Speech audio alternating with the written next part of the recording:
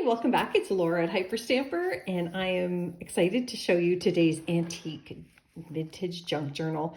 This is a Zane Grey book, and I get a lot of Zane Greys, and I love the covers. And this one especially, it's got this woman riding her horse out on the countryside. I think it's absolutely beautiful. We've got the yellow sky. I've added some vintage gathered fabric down here and some vintage ribbon. And then I've added more trim throughout here and my vintage beads down the side to match the cover. And I'd like to take you on a little journey through here before I put it in my Etsy store. And just another reminder, if you've just joined me this week, there are no tariffs on my junk journals. I qualify under a special category, so yeah, so the price is ridiculously low if you're an American. And I invite you to go to hyperstamper.etsy.com and check them all out. Okay, here we go. Everything in here is authentic, antique and vintage ephemera. Not a single digital or commercial product to be found. And I even kept the little original sticker from the bookstore down here in the corner. And these are the original first pages. Now this book is 104 years old. From 1921, and I've got a beautiful pressed Queen Anne's lace here, which I love Queen Anne's lace. And then I've got some trim here. And this is another wonderful 1940s embroidery pattern. This would have been an iron-on. It actually folds out. I won't do that because I won't put it back in time. And it's quite special. You can do a lot of really fun things with that. I've got an antique envelope here, pocket book page envelope, and then this is a really great photograph of these three gentlemen standing outside what to me I'm going to guess it's a bank because it's made of cement brick, and that's usually what banks were made out of. And then I wish I could read the writing on the back, but as you can see it is quite old. This would be from the 30s. Love it. And then we have a children's book page here, also from the 30s, and one of these great 1850s school architecture book pages. And this one is all about desk chairs, desk stools, and look at this. This is fabulous from the 1850s. How to make student desks. There's a single and a double, and down here, which I thought were porta potties once, but they're actually inkwells. Isn't that cool? I love it.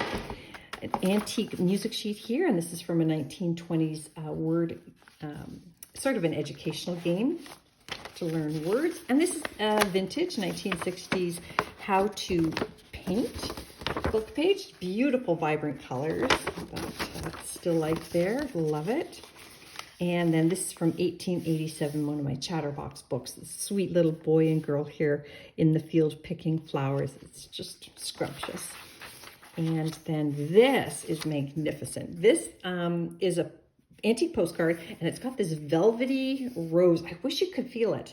It is spectacular. And of course, this would have been hand sprayed here. That would have been laid on by hand. It's all embossed. It's fabulous. Can you see that? And that, again, is early 1900s. And then back here, I have a little vintage doily. You can have all kinds of fun with that. You can cut it up. And I actually use this particular pattern here for the bodies of wedding dresses when I make lace wedding dresses for my journals. So a lot of fun things you can do with that. This is a really sweet and kind of funny. I always think the things from the 50s and 60s are funny, these old magazine advertisements. But this one here is for soap. Why wouldn't it be? She's wearing a fur coat. And then a fun little page on the back, a little story on there.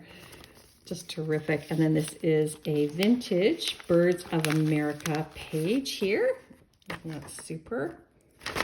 And then this really fun cluster here on this sweetheart pocket. And I've got another children's book page there. And then I made this little window piece here, and I fussy cut this vintage image, put her inside the frame.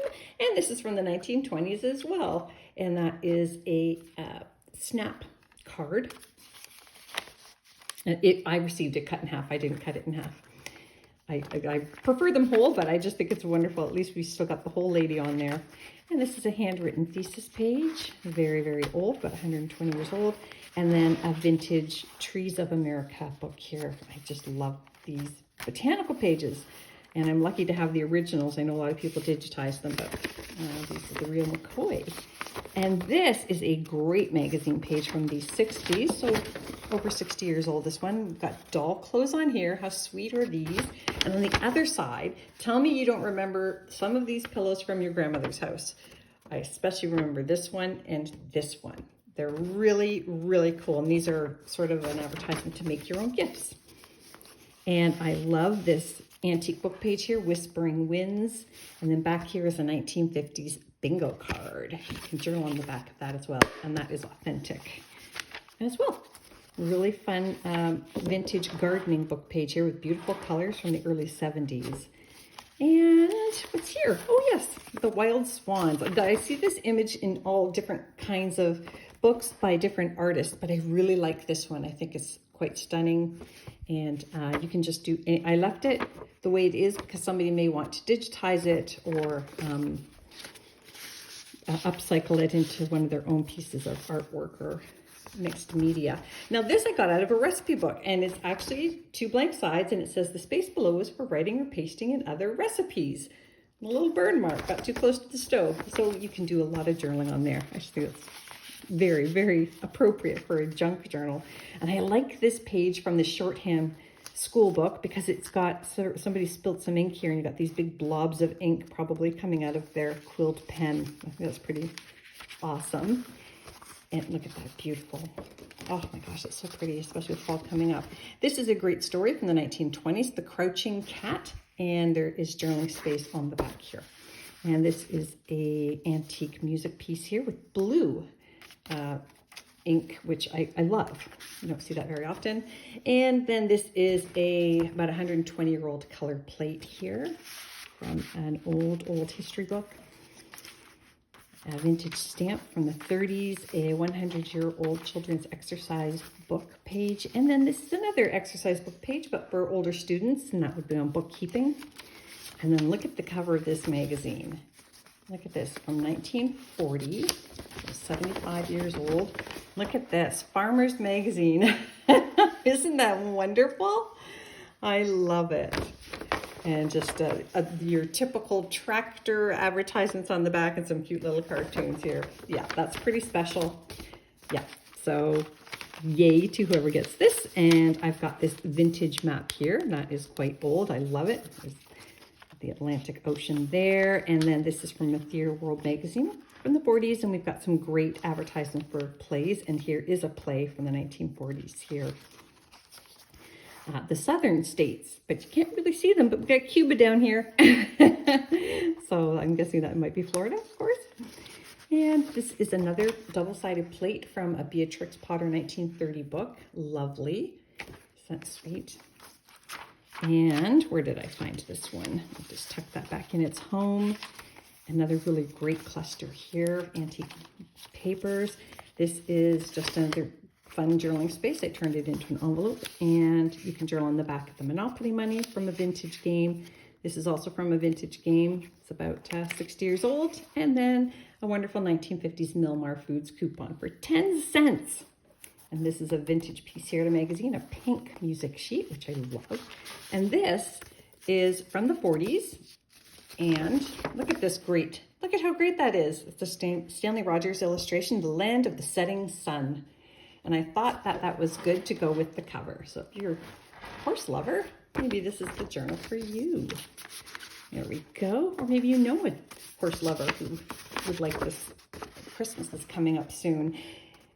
Just a really sweet, sweet 1940s page here. Look at how cute that is down at the beach. And then we've got another children's book fold over here, and then another wonderful page out of a 1956 children's book. Really fun and beautiful illustrations there for that story. And another children's book page here. Sorry, I'm all over the place in the camera here. And then this is just a really cool advertisement from the 1940s. Look at that stove. It's hilarious. And I love this. You know me, I love my bird illustrations. And this is from a teen magazine from the 1950s. And look at that. Joni on the Spot. I love it. Look at the old record player in the plaid record box. Oh, I just think that's so much fun. So much fun. This is a great antique plate here. This is the inside of the spine of a book, and you can see the backwards embossing on it from when they punched the emboss on it. And then this is another great little children's book page. This is a Freckles page from 1904. Oh my goodness, we're still going here. This is a wonderful place. Of course, that is Honey Bunch, and I've done a bunch of her books, no pun intended. And look at this sweet little, oh my gosh, so sweet. That's early 1900s as well. And then this is the original plate of this book. So we've got another horse here, and I thought it should stay with the book.